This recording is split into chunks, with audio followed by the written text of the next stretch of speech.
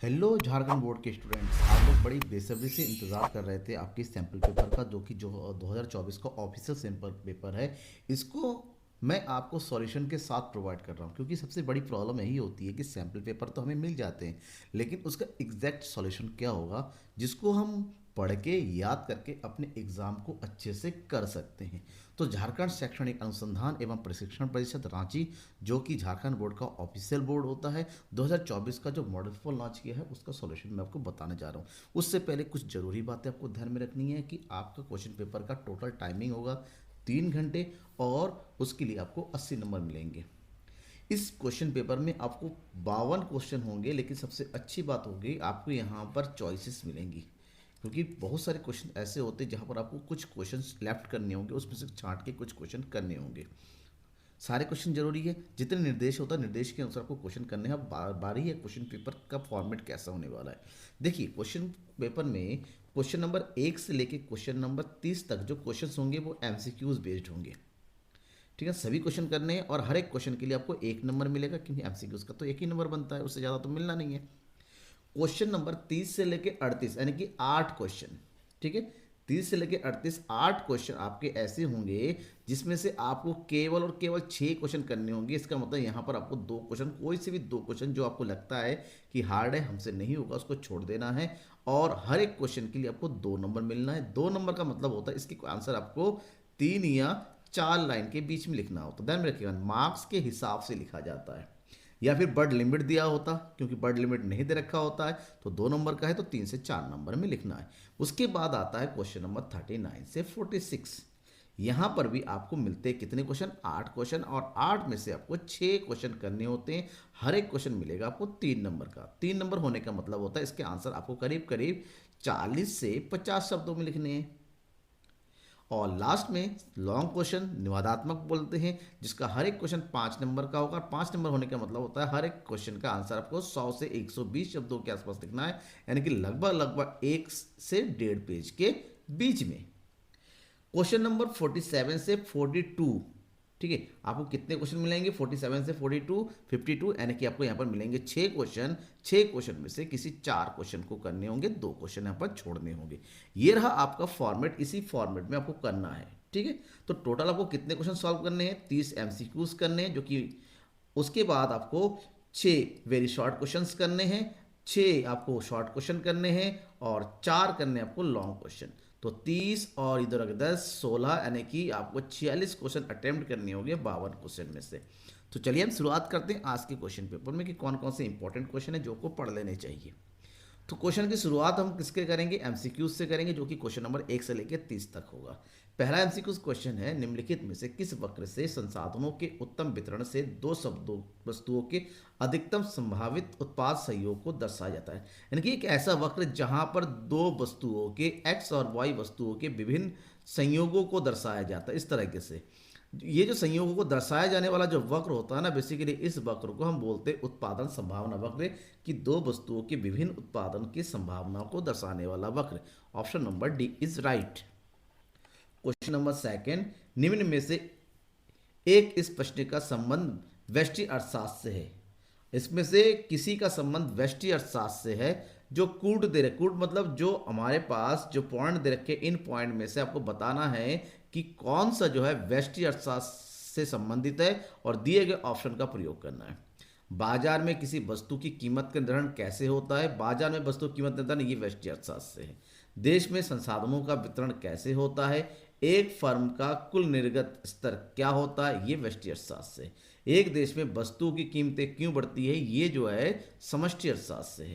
यानी यहाँ पर पॉइंट नंबर फर्स्ट और पॉइंट नंबर थर्ड, फर्स्ट और थर्ड जो होता है, देश में संसाधनों का वितरण ये किससे संबंधित है, देश में संसाधन, ये बजट से संबंधित है। यानी कि ये दोनों व्यष्टि अर्थशास्त्र है, और 1 और 3 जो है व्यष्टि अर्थशास्त्र से जुड़ा हुआ है। हमें चूज करना है ऑप्शन नंबर डी, 1 और 3। ठीक है, option number D is right.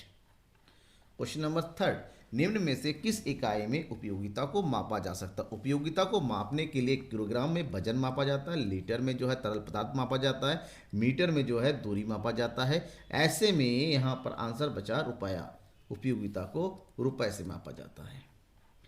यदि किसी वस्तु की मांग की कीमत का लोच का मान 2 है, यानी कि ईडी इक्वल टू जो है 2 है, तो ये लोच कितनी होगी? एक से ज़्यादा जब लोच होती है ना, उसको बोलते हैं लोचदार। क्या बोलते हैं? लोचदार या अत्यधिक लोचदार। तो आंसर होगा आपका लोचदार, option number C. Question number 5, एक उपभोक्ता का अधिमान एकदिष्ट होता है। अधिमान एकदिष्ट का मतलब होता है कि यहाँ पर उपभोक्ता संतुलन की स्थिति होती है। इस मान्यता के आधार पर एक उपभोक्ता दो वस्तुओं के निम्न मंडलों में से किन मंडलों पर उदासीन होगा? देखिए, बंडल का मतलब होता है कि जब दो वस्तुओं की बात करते हैं एक्स और वाई, इसका एकदिष्ट होने का मतलब होता है वस्तु एक्स की जितनी मात्रा कम होगी उतनी ही वाई की मात्रा बढ़ेगी। तो यहाँ पर कौन सा ऐसा ऑप्शन है जहां पर दोनों में बराबर, इस तरह का देखिए, ए 3 और 4 है, यहां पर हो गया 3 और ये हो गया 4, और यहां पर डी वाला पॉइंट है 5 और 2। अगर x की 2 यूनिट बढ़ाया जा रहा है तो y की 2 यूनिट को ही घटाया जा रहा है। इसका मतलब यहां पर जो उपभोक्ता जो है क्या होगा? उदासीन होगा, क्योंकि यहां पर दोनों ही बिंदु पर एक जैसी जो है उसको उपयोगिता की प्राप्ति होगी। तो हम चूज करें ऑप्शन नंबर ए और डी को। कहां पर है ए और D? Point number C. Question number 6, निम्न में से पूरक वस्तुओं का एक उदाहरण है। पूरक जिनका प्रयोग एक साथ होता है, कलम और स्याही। ना खाली स्याही का प्रयोग हो सकता है, ना ही खाली कलम का, दोनों का प्रयोग एक साथ होता है, इसको पूरक वस्तुएं कहते हैं। बाकी सारे स्थानापन्न वस्तुएं हैं। क्वेश्चन नंबर 6, सामान्यतः एक औसत उत्पादन वक्र का आकार कैसा? औसत उत्पादन पहले बढ़ता है, फिर जो है घटता है, फिर नीचे की ओर गिरने लगता है। ये है औसत उत्पादन एपी। तो कैसा आकृति बनी बेटा? ये उल्टे यू आकार का। तो ये हो गया ऑप्शन नंबर डी।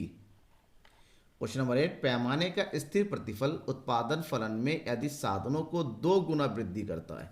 अगर साधनों को 2 गुना वृद्धि कर दिया जाए, क्योंकि स्थिर है, स्थिर का मतलब होता है जितना साधनों में परिवर्तन किया जाएगा उतना ही उत्पादन में भी परिवर्तन होगा। तो ऐसे में अगर साधनों को 2 गुना बढ़ाया जाता है तो उत्पादन में भी 2 गुना की वृद्धि होगी, ऑप्शन नंबर सी। निम्नलिखित चित्र में आय ओ ए बी सी का क्षेत्रफल क्या दर्शाता है? देखिए, ये चित्र किस चीज का है? A F C. इसका मतलब यहां पर जो कुछ भी है ए एफ सी को दर्शाया जाएगा। तो आपका सीधा सा मतलब है औसत स्थिर लागत, क्योंकि ए एफ सी को ही शॉर्ट वो जो है पूरा नाम औसत average fixed cost, that is औसत स्थिर लागत के नाम से जाना जाता है। क्वेश्चन नंबर 10, पूर्ण प्रतियोगी बाजार में फर्मों की संख्या कितनी होती है? एक पूर्ण प्रतियोगिता की स्थिति में फर्मों की संख्या असंख्य होती है, बहुत ज्यादा होती है। तो ऑप्शन नंबर हम यूज करेंगे डी, यानी कि अत्यधिक। क्वेश्चन नंबर 11, एक पूर्ण प्रतियोगी फर्म में संतुलन की शर्त निम्न में से कौन सी होती है? एक पूर्ण प्रतियोगी फर्म में संतुलन की शर्तें 2 होती है। याद करके रखना है कि इस स्थिति में हमेशा एम आर और एम सी बराबर होना चाहिए, जो कि सब में है। लेकिन जो दूसरी शर्त है उसका होना जरूरी है कि एम आर वक्र इस तरह से, एम आर वक्र एम सी वक्र एम आर वक्र को नीचे से काटता होना चाहिए, यहां से। ठीक है, तो ये हो गया एम सी और ये हो गया एम आर। तो option number D is right, क्योंकि यहां पर एम सी वक्र एम आर को नीचे से काटता हुआ बताया जा रहा है। क्वेश्चन नंबर 12, एक फर्म द्वारा वस्तु की कीमत में 10% की वृद्धि करने पर पूर्ति में 15% की वृद्धि हो रही है। यानी कि कीमत में परिवर्तन बट्टे को भाग से भाग देना है पूर्ति में परिवर्तन को। तो कितना आ जा रहा है? 1.5, यानी कि एक से ज्यादा। जब एक से ज्यादा होता है तो उसको बोलते हैं लोचदार पूर्ति, ऑप्शन नंबर डी। निम्नलिखित कथन और कारणों के संबंध में कौन सा विकल्प सही है? कथन क्या कह रहा है? किसी वस्तु पर इकाई कर लगाने से फर्म का पूर्ति वक्र बाईं ओर सरक जाता है। फर्म का पूर्ति वक्र बाईं ओर का मतलब होता है ये हो गया पूर्ति वक्र। मान लीजिए कर लगाया जा रहा है तो पूर्ति वक्र इस ओर घटा हो जाएगा। किसी वस्तु पर इकाई का लगने से फर्म की सीमांत लागत बढ़ जाती है। तो आपको कौन सा बताना है यहाँ पर कि वस्तु पर इकाई कर लगने से फर्म का पूर्ति वक्र बाईं ओर सरक जाएगा, यानी कि क्योंकि पूर्ति में कमी हो जाएगी, और साथ ही साथ इकाई का लगने से फर्म की सीमांत लागत भी बढ़ जाती। क्या सही है? बिल्कुल लागत, यानी कि दोनों ही सही है। बट दोनों ही सही है और इसका करेक्ट एक्सप्लेनेशन भी है, तो ऑप्शन नंबर सी चूज करेंगे। दोनों ए और आर सही है। आर ए का सही व्याख्या है। पूर्ति इसलिए कम होगी क्योंकि सीमांत लागत में वृद्धि हो जाती है। क्वेश्चन नंबर 14, किसी वस्तु की मांग में वृद्धि होने पर संतुलन कीमत पर क्या प्रभाव पड़ता है? हमेशा अगर वस्तु की मांग में वृद्धि होती है तो मांग में वृद्धि होने की स्थिति में, क्योंकि पूर्ति में कोई परिवर्तन नहीं होता है, तो यहाँ पर संतुलन कीमत में वृद्धि हो जाएगी, वस्तु की कीमत स्तर बढ़ जाती है। क्वेश्चन नंबर 15, बाजार में मांग अधिक की स्थिति कब उत्पन्न होती है? मांग अधिक का मतलब होता है ज़्यादा मांग, ज़्यादा मांग का मतलब होता है पूर्ति की तुलना में मांग में अधिकता। Option number C. पूंजीवादी अर्थव्यवस्था के संबंध में निम्नलिखित में से कौन सा कथन सत्य है? जब हम पूंजीवादी अर्थव्यवस्था की बात करते हैं, इसको बाजार अर्थव्यवस्था के नाम से जानते हैं। यह इस अर्थव्यवस्था में बाजार में सभी साधनों पर निजी स्वामित्व का अधिकार होता है। तो ऑप्शन नंबर कौन सा? उत्पादन के साधनों पर निजी स्वामित्व। जन कल्याण समाजवादी में होता है, सरकार का हस्तक्षेप समाजवादी में होता है। ठीक है, ध्यान रखना। क्वेश्चन नंबर 17, मान लिया जाए एक देश में 2 लाख व्यक्ति रोजगार में संलग्न है, मतलब 2 लाख व्यक्ति रोजगार कर रहे हैं और 10,000 व्यक्ति कार्य करने के इच्छुक हैं, लेकिन उन्हें काम नहीं मिल पा रहा है, तो देश की बेरोजगारी की दर क्या होगी? आपको बताना है देश में बेरोजगारी की दर कितनी है। 2 लाख लोगों में से 10,000 लोग कार्य करना चाहते हैं और उनको काम नहीं मिल रहा है, तो 2 लाख का 10,000 कितना होता है? 5%। यानी कि देश में बेरोजगारी दर कितना है? 5% है। क्वेश्चन नंबर 18, अर्थशास्त्र की भाषा में निवेश शब्दों का क्या हुआ? निवेश, इन्वेस्टमेंट, जिसको हम विनियोग के नाम से भी जानते हैं। अर्थशास्त्र में निवेश का मतलब होता है पूंजीगत वस्तुओं की स्टॉक में वृद्धि करना, जैसे मशीन खरीदना, जमीन खरीदना, ये सब निवेश के नाम से जाना जाता है। 19, आय के चक्रीय प्रवाह के 2 क्षेत्रीय मॉडल में कारक सेवाओं का प्रवाह किस होता है? ठीक है, 2 क्षेत्र है, एक होता है परिवार और एक होता है फर्म। अगर 2 क्षेत्रों में मॉडल में कारक सेवाओं का प्रवाह, कारक सेवा हाउसहोल्ड से फर्म की ओर आता है, हाउसहोल्ड से फर्म की ओर होता है, कि परिवार से फर्म की ओर। Option number B. सरकार द्वारा भुगतान की गई वृद्धा पेंशन की राशि निम्नलिखित में से किस समुच्चय का भाग होता है? वृद्धा पेंशन, सरकार ने वृद्धा पेंशन दिया, तो आपको बताना वृद्धा पेंशन किस में आएगा? जीडीपी में, जीएन पे है। देखिए, राष्ट्रीय आय की जितने भी समुच्चय उसमें वृद्धा पेंशन, क्योंकि वृद्धा पेंशन एक तरीके का हस्तांतरण भुगतान है जो कि राष्ट्रीय आय की गणना में तो शामिल नहीं होता, क्योंकि जीडीपी और जिन भी राष्ट्रीय आय के एक संगणक है और समुच्चय, ऐसे में इसका प्रयोग जो है व्यक्तिगत आय की गणना में किया जाता है। ठीक है, डी नंबर। सरकार द्वारा भुगतान किए गए वृद्ध पेंशन की राशि निम्नलिखित में से किस समूह में एक भाग है? निम्नलिखित में से विनिमय का, सॉरी यहाँ पर जो थोड़ा सा क्वेश्चन, एक ही क्वेश्चन जो है रिपीट हुआ है।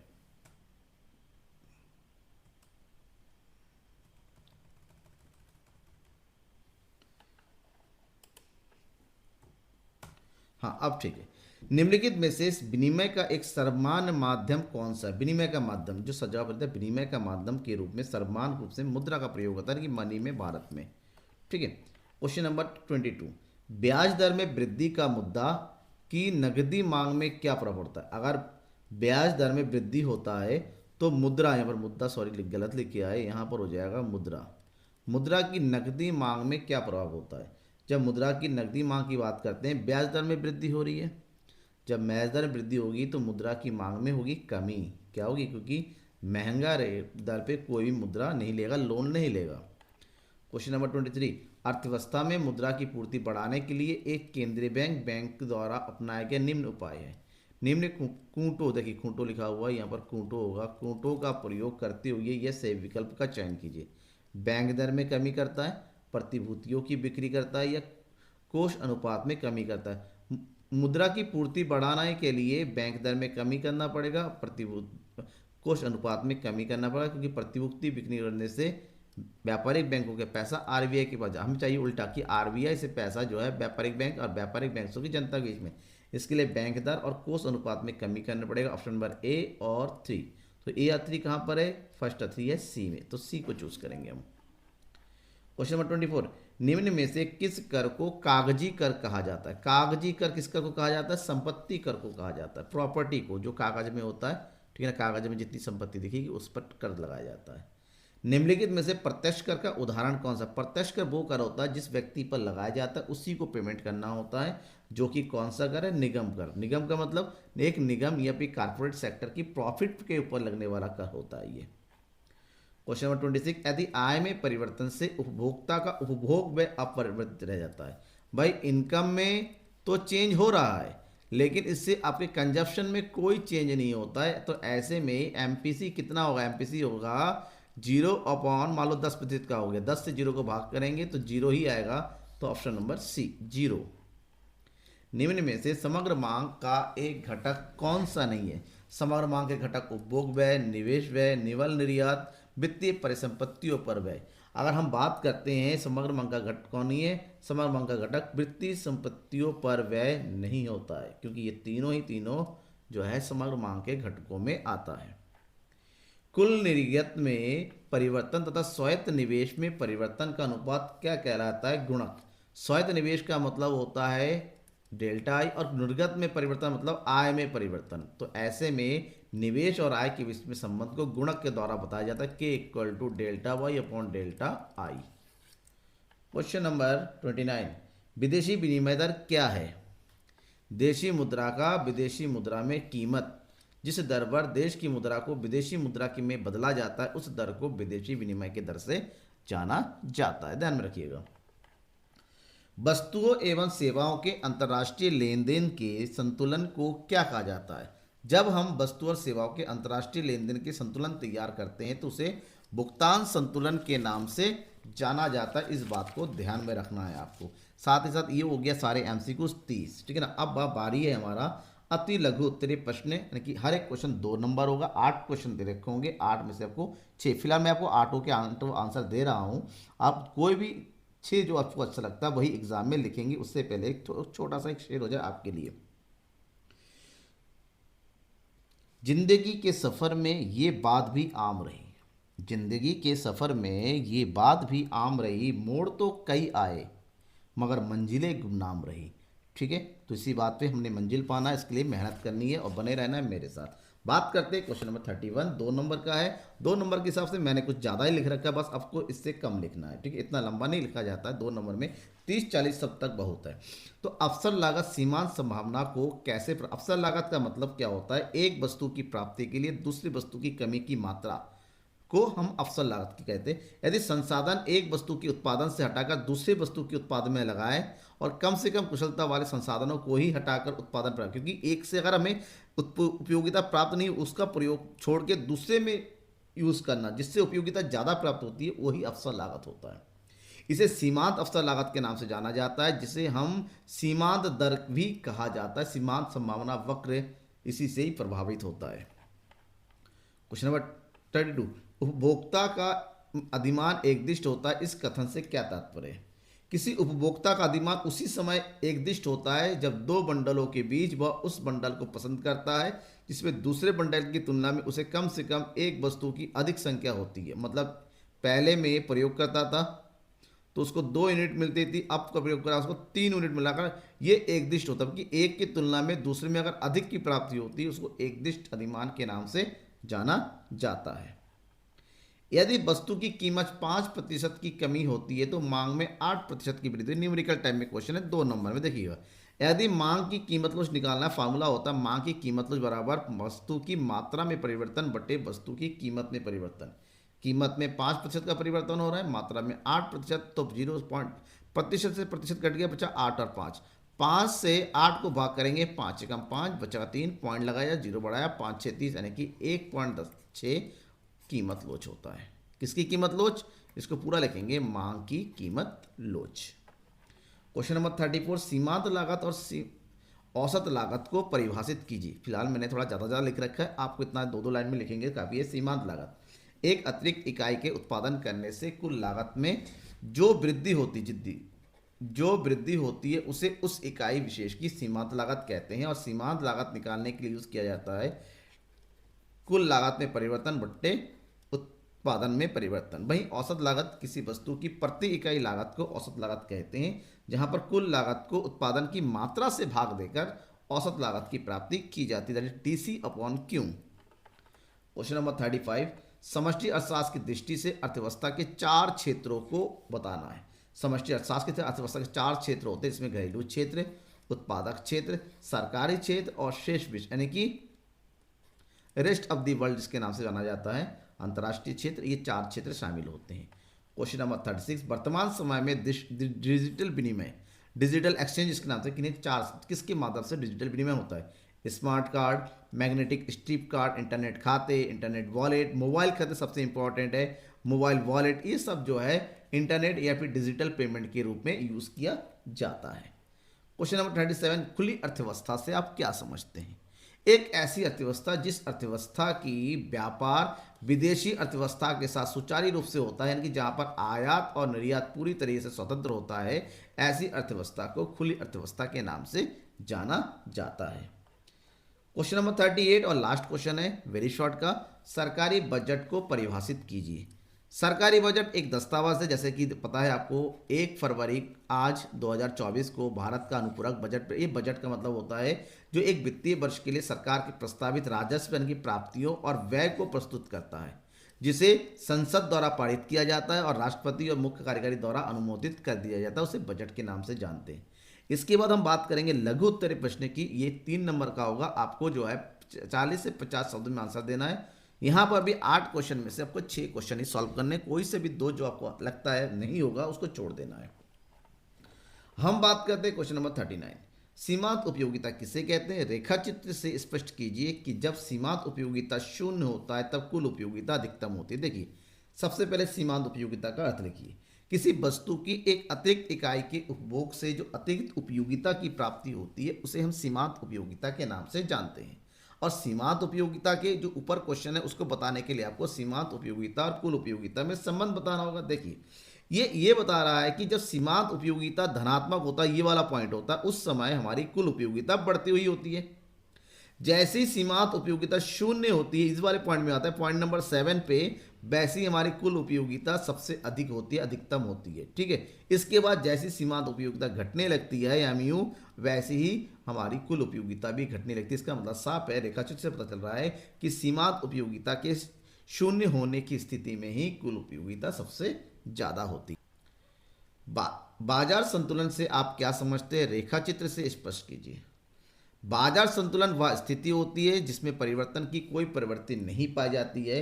इस बाजार में गति तो होती है किंतु गति में कोई परिवर्तन नहीं होता। इस स्थिति में वस्तु की पूर्ति वस्तु के मांग के बराबर होती है। जिस बिंदु पर ये दोनों आपस में बराबर हो जाती है उसे ही बाजार संतुलन के नाम से जाना जाता है। क्वेश्चन नंबर 42, किसी वस्तु की पूर्ति को प्रभावित करने वाले 3 कारकों की व्याख्या कीजिए। वस्तु की पूर्ति को प्रभावित करने 3 प्रमुख कारक है। वस्तु की कीमत, वस्तु की कीमत बढ़ेगी तो पूर्ति बढ़ेगी, कीमत कम होगी तो पूर्ति भी कम होगी। संबंधित वस्तु की कीमतें, अगर संबंधित वस्तु की कीमतें बढ़ती हैं तो इसकी वस्तु की मांग जो पूर्ति कम हो जाएगी। ठीक है, उत्पादन साधनों की कीमत, उत्पादन की साधनों की कीमत बढ़ेगी तो पूर्ति कम हो जाएगी, उत्पादन साधनों की कीमतें कम हो जाएगी, पूर्ति बढ़ेगी। आपको ये एक्सप्लेन करना है। सकल घरेलू उत्पाद को परिभाषित कीजिए। सकल घरेलू उत्पाद सकल राष्ट्रीय उत्पाद से किस प्रकार भिन्न है? यानी कि सकल घरेलू उत्पाद यानी कि जीडीपी, सकल राष्ट्रीय उत्पाद यानी कि जीएनपी में अंतर बताना। सबसे पहले तो सकल घरेलू उत्पाद क्या होता है? एक देश की घरेलू सीमा में एक वर्ष में उत्पादित सभी वस्तुओं एवं सेवाओं के मौद्रिक मूल्य के योग को सकल घरेलू उत्पाद यानी कि जीडीपी कहा जाता है। दोनों में अंतर 3 नंबर का है, तो 3 अंतर बहुत होता है। तो एक देश की घरेलू सीमा में उत्पादित वस्तु और सेवाओं के मूल्य को सकल घरेलू, और इसमें जैसे ही हम विदेशों से प्राप्त संसाधन आय को जोड़ देंगे सकल राष्ट्रीय उत्पाद बन जाएगा। इसमें केवल घरेलू सीमा के अंतर्गत उत्पादित वस्तुओं और सेवाओं को शामिल करता है और इसमें देश से विदेशों से प्राप्त मूल्य भी शामिल किया जाता है। ये एक संकीर्ण अवस्था है और ये एक वृहद अवस्था है, ध्यान रखना इस चीज को। 44, आवश्यकता के दोहरे संयोग की समस्या को मुद्रा किस प्रकार दूर करती है? उदाहरण से स्पष्ट कीजिए। मुद्रा वस्तु विनिमय में मध्यवर्ती भूमिका प्रदान करके आवश्यकताओं के दोहरे संयोग की समस्या को सुलझाती है। क्योंकि पहले की जब वस्तु विनिमय होता था 2 व्यक्तियों का होना जरूरी था, दोनों ही एक दूसरे की आवश्यकताओं को रखते हो और एक्सचेंज करने के लिए। अब ये 2 व्यक्तियों का आपस में मिलना बड़ा मुश्किल होता था, लेकिन मुद्रा के आने से 2 व्यक्तियों के संयोग की जरूरत नहीं है। अब पैसा है तो जिसके बाद वो सामान है उसको पैसा दो और सामान ले लो। यानी कि यहाँ पर मुद्रा के होने से हमें कपड़ा चाहिए तो हमें उसे केवल पैसा देना है, कपड़े के बदले में कोई दूसरा सामान देने की जरूरत नहीं। इससे जो है दोहरे संयोग की आवश्यकता अब नहीं रही, अब केवल मनी का जरूर है। पैसा है, कुछ भी खरीद सकते हो और पैसे के लिए आप कुछ भी बेच सकते हो। 45, सरकारी बजट के उद्देश्यों का उल्लेख कीजिए। जब हम सरकारी बजट के उद्देश्य की बात करते हैं 3 नंबर में 3 उद्देश्य बताना है। संसाधनों का पुनरावंटन, आय और धन के अंतर में कम करना और आर्थिक विकास में सुधार, ये प्रमुख 3 अंतर लिख दीजिए। तीनों अंतरों को 2-2 लाइन में एक्सप्लेन कर दीजिए, आपका ये कंप्लीट हो जाता है। 46, यदि अर्थव्यवस्था में स्वायत्त व्यय, ये भी 3 नंबर का है। यदि अर्थव्यवस्था में स्वायत्त व्यय और जिसमें उपभोग और स्वायत्त निवेश दोनों शामिल है, यानी कि स्वायत्त व्यय प्लस स्वायत्त निवेश दोनों शामिल होता है, जो कि 40 करोड़ है। सीमांत उपभोग प्रवृत्ति यानी कि एमपीसी 0.6 है। आय हमारा यानी कि वाई हमारा 1000 करोड़ है। तो बताओ अर्थव्यवस्था में समग्र मांग क्या है? समग्र मांग पूछा गया तो एडी, तो एडी बराबर होता है सी प्लस आई, और सी का फॉर्मूला होता है बेटा ध्यान रखना, सी बराबर होता है सी बार प्लस बी वाई प्लस आई। तो यहाँ पर सी और आई का तो टोटल दे रखा है, यानी कि यहाँ पर होता है C plus B Y plus I, ये होता है एडी का फॉर्मूला, यानी कि समग्र मांग का। अब सबकी वैल्यू रख दीजिए, सी बार कितना दे रखा है और आई 40 दे रखा है, बी हमारे पास 0.6 और वाई दे रखा है हमारे पास कितना 1000। अब इसको सॉल्व कीजिए, 40 दशमलव ये हो गया कितना 600, तो एग्रीगेट डिमांड कितना हो गया 640। एग्रीगेट डिमांड कितना है? एग्रीगेट डिमांड हो गया 660। और हमें पता है कि संतुलन की स्थिति में, संतुलन में हमेशा एग्रीगेट डिमांड और एग्रीगेट सप्लाई यानी कि वाई बराबर होता है। तो यहाँ पर एग्रीगेट डिमांड 640 है और इनकम 1000 है, जो कि बराबर नहीं है, अर्थात अर्थव्यवस्था संतुलन में नहीं है। लिख दीजिए अर्थव्यवस्था संतुलन में नहीं है। डाउट है तो कमेंट बॉक्स में जरूर बताइएगा इस क्वेश्चन में। अब बात करते हैं दीर्घ उत्तरीय प्रश्न, जो कि 5 नंबर का है। 5 नंबर होने का मतलब यहाँ पर आपको इसके आंसर 100 से 120 शब्द में यानी कि लॉन्ग में, और पेजेस की बात करते हैं 1 से 1.5 पेजों में आपको आंसर देना होता है। 6 क्वेश्चन में कोई से भी 4 क्वेश्चन आपको सॉल्व करने हैं।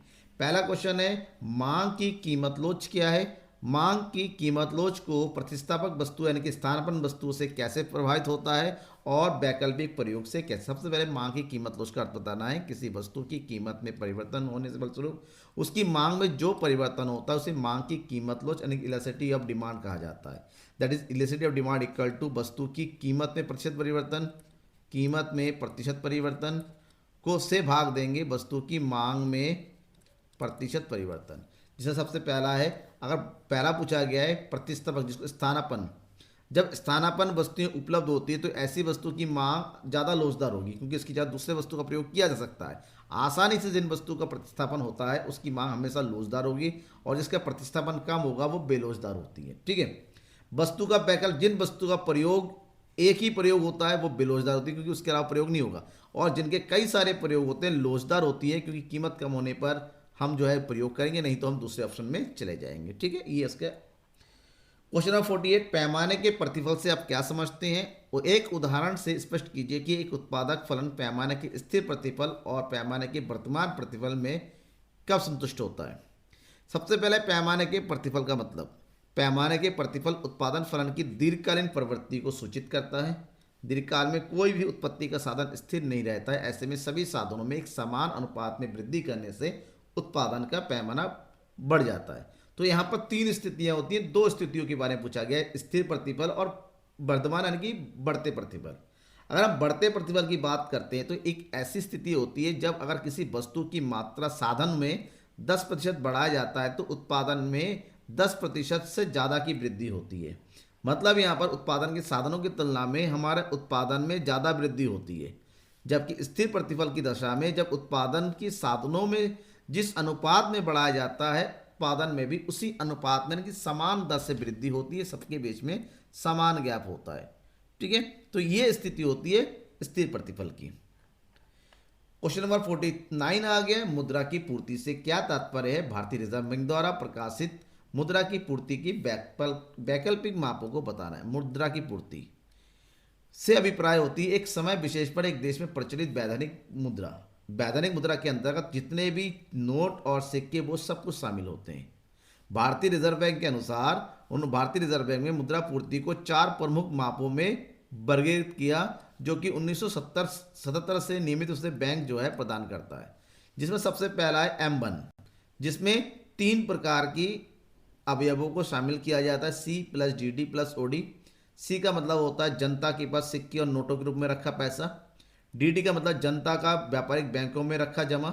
और ओ डी का मतलब होता है आरबीआई के पास अन्य प्रकार की जमाएं, जिसमें क्या क्या आती हैं, सार्वजनिक वित्तीय संस्थाओं की जमाएं, विदेशी केंद्रीय बैंकों विदेशी सरकारी बैंकों की जमाएं, अंतर्राष्ट्रीय वित्तीय संस्थाओं जैसे IMF विश्व बैंक की जमाएं, ये सब जो है अगर आरबीआई की जमा होती है वो भी इसमें शामिल किया जाए। M2 जिसमें M1 के तीनों यानी कि C plus D D plus O D तीनों शामिल होते हैं, साथ ही साथ SD मतलब सेविंग डिपॉजिट, मतलब डाकघर में जनता की सभी प्रकार की बचतों को, जो बचत जमा होती है उसको शामिल किया जाता है। M3 M1 और FD।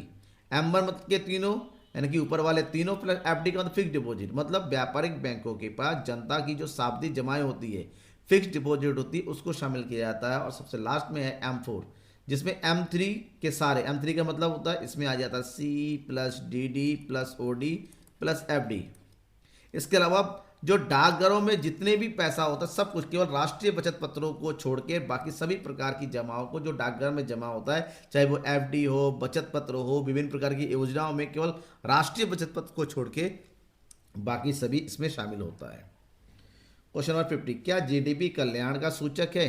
देखिए ध्यान में रखिएगा, जीडीपी का मतलब होता है एक देश की घरेलू सीमाओं के अंतर्गत उत्पादित सभी वस्तु और सेवाओं के मौद्रिक मूल्य का योग, बाजार मूल्य का योग। ऐसे में इसमें केवल बाजार मूल्य यानी कि जिसमें को मूल्य में मापा नहीं जाता है वो जीडीपी में शामिल नहीं होता है।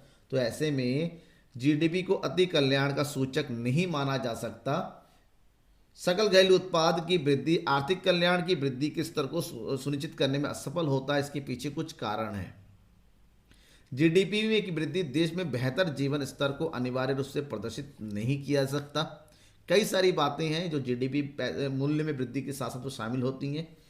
जीडीपी देश में आय के समान वितरण के पक्ष की अवहेलना करता है।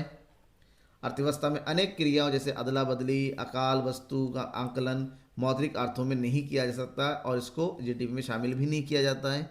जीडीपी में बाह्य घटकों का, बाह्य मतलब एक्सटर्नलिटीज घटकों का उपेक्षा की जाती है और उसके धनात्मक और गुणात्मक प्रभाव को भी शामिल नहीं किया जाता। इस बात को ध्यान में, इसलिए जीडीपी में क्योंकि बहुत सारे कल्याणकारी मदों को शामिल नहीं करते, केवल मुद्रा का माप किया जाता है, ऐसे में जीडीपी को आर्थिक कल्याण का सूचक नहीं माना जाता है।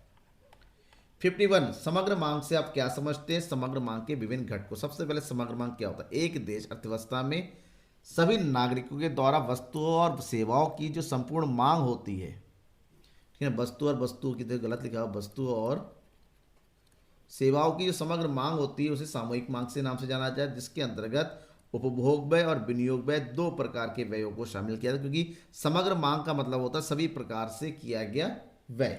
ठीक है, जब हम बात करेंगे इसकी तो डायग्राम बनाना जरूरी है, क्योंकि उपभोग आय पर निर्भर होता है। जैसे जैसे आय में वृद्धि होती चली जाती है उपभोग भी बढ़ेगी, जबकि विनियोग हमेशा स्वयं विनियोग अल्पकाल में समान रहता है। तो इन दोनों का टोटल विनियोग और उपभोग का हमेशा सामूहिक मांग होता है। तो ये जो लाइन दिया गया है ये जो है आपका निवेश का है, विनियोग का है, ये जो है लाइन है ये जो है उपभोग का है। इन दोनों का टोटल जो है एग्रीगेट डिमांड होता है, जो कि इसके ठीक ऊपर और पैरेलल बनता है। क्यों? क्योंकि आई और सी का टोटल एडी होता है तो सी बढ़ता चला जाता है, डी बढ़ेगा, क्योंकि आई स्थिर रहता है, इससे दोनों की एक समान गैप बनता चला जाता है। इसके अलावा पूछा गया आपसे सामूहिक मांग के अवयव कंपोनेंट। सामूहिक मांग के कंपोनेंट को हम दो वर्गों में बांट सकते हैं, एक बंद अर्थव्यवस्था में, एक खुली अर्थव्यवस्था में। बंद अर्थव्यवस्था में सामूहिक मांग के दो घटक होते हैं, सी प्लस आई यानी कि उपभोग और विनियोग, कंजप्शन और इन्वेस्टमेंट। जबकि खुली अर्थव्यवस्था में, ओपन इकोनॉमी में, सामूहिक मांग के चार प्रमुख घटक होते हैं, उपभोग, विनियोग, सरकारी व्यय और शुद्ध निर्यात। ठीक है, इसका फुल फॉर्म दे रखा है। इसके अलावा लास्ट क्वेश्चन है जो आपको अटेम्प्ट करना है, केंद्रीय बैंक अर्थव्यवस्था के साख नियंत्रण पर किस प्रकार व्याख्या करता है? केंद्रीय बैंक द्वारा साख नियंत्रण के लिए दो प्रकार के वर्गों में बांटा जाता है, उपयोग को किया जाता है, जैसे परिमाणात्मक साख नियंत्रण, दूसरा होता है चयनात्मक या गुणात्मक। परिमाणात्मक में बैंक दर की नीति, बैंक दर की नीति का मतलब वो दर जिस दर पर केंद्रीय बैंक द्वारा सरकारी वाणिज्यिक बैंकों को लोन दिया जाता है, और साख के नियंत्रण करने के लिए बैंक दर को बढ़ा दिया जाता है, और साख का विस्तार करना है तो बैंक दर को घटा दिया जाता है। खुले बाजार के मतलब होता है सरकारी प्रतिभूतियों का क्रय विक्रय करना। तो साख का विस्तार करना है तो प्रतिभूतियों का विक्रय किया जाएगा, सॉरी साख का संकुचन नियंत्रण करना है तो प्रतिभूतियों का विक्रय, वहीं साख का विस्तार करना है तो प्रतिभूतियों का क्रय किया जाता है। नगद कोष अनुपात और सांविधिक तरलता दोनों में थोड़ा अंतर है। नगद कोष अनुपात दोनों को ही स्थिति में ध्यान रखना, अगर साख का नियंत्रण करना है तो सीआरआर और एसएलआर दोनों को बढ़ा दिया जाएगा, वहीं पर साख का विस्तार करना है तो दोनों को घटा दिया जाएगा। बात करेंगे है क्या ये नगद कोष अनुपात। वो अनुपात होता है जिस अनुपात में हर एक व्यापारिक बैंक को अपनी कुल जमाओं का एक निश्चित भाग केंद्रीय बैंक के पास नगद रूप में रखना पड़ता है, जबकि सांविधिक तरलता अनुपात वो अनुपात है जिसमें हर एक व्यापारिक बैंक को अपने पास अपनी कुल जमाओं का एक निश्चित भाग रखना पड़ता है तल रूप में। उसके बाद चयनात्मक साख नियंत्रण की बात करते हैं। इसमें सीमांत आवश्यकताओं का मार्जिन साख नियंत्रण के लिए सीमांत आवश्यकताओं को बढ़ाया जाता है और साख के संकुचन के लिए सीमांत आवश्यकताओं को घटाया जाता है। इसके अलावा साख की राशनिंग की जाती है। साख की राशनिंग में विभिन्न बैंकों द्वारा दिए जाने वाले ऋण में कमी किया जाता है। साख का कोटा निश्चित किया जा सकता है, उधार देने से मना किया जा सकता है, या फिर विभिन्न प्रकार के उद्योगों और व्यवसाय को दी जाने वाली साख की सीमा को निश्चित किया जा सकता है। और इन सब के ना होने के बाद प्रत्यक्ष कार्रवाई किया जा सकता है जिसमें दंड लगाना, लाइसेंस निरस्त करना आदि शामिल होता है। तो ये रहा आपका बेस्ट सैंपल पेपर जिसको आपको तैयार करना है आपकी एग्जाम के लिए। कोई भी डाउट होता है, किसी प्रकार की कोई भी परेशानी होती है, आप डायरेक्टली मुझे कांटेक्ट कीजिए। आप सोशल मीडिया के थ्रू कांटेक्ट कर सकते हैं ढाली सर पर, और फेसबुक के थ्रू कांटेक्ट कर सकते हैं, या फिर मेरा व्हाट्सअप नंबर है इसके थ्रू भी कांटेक्ट कर सकते हैं। आप तो सब्सक्राइब नहीं किया है तो द इकोनॉमिक्स गुरु को सब्सक्राइब कर दीजिए और इस वीडियो को लाइक कीजिए और ज़्यादा से ज़्यादा अपने दोस्तों के बीच में शेयर करना मत भूलिएगा। तब तक के लिए थैंक यू, बाय।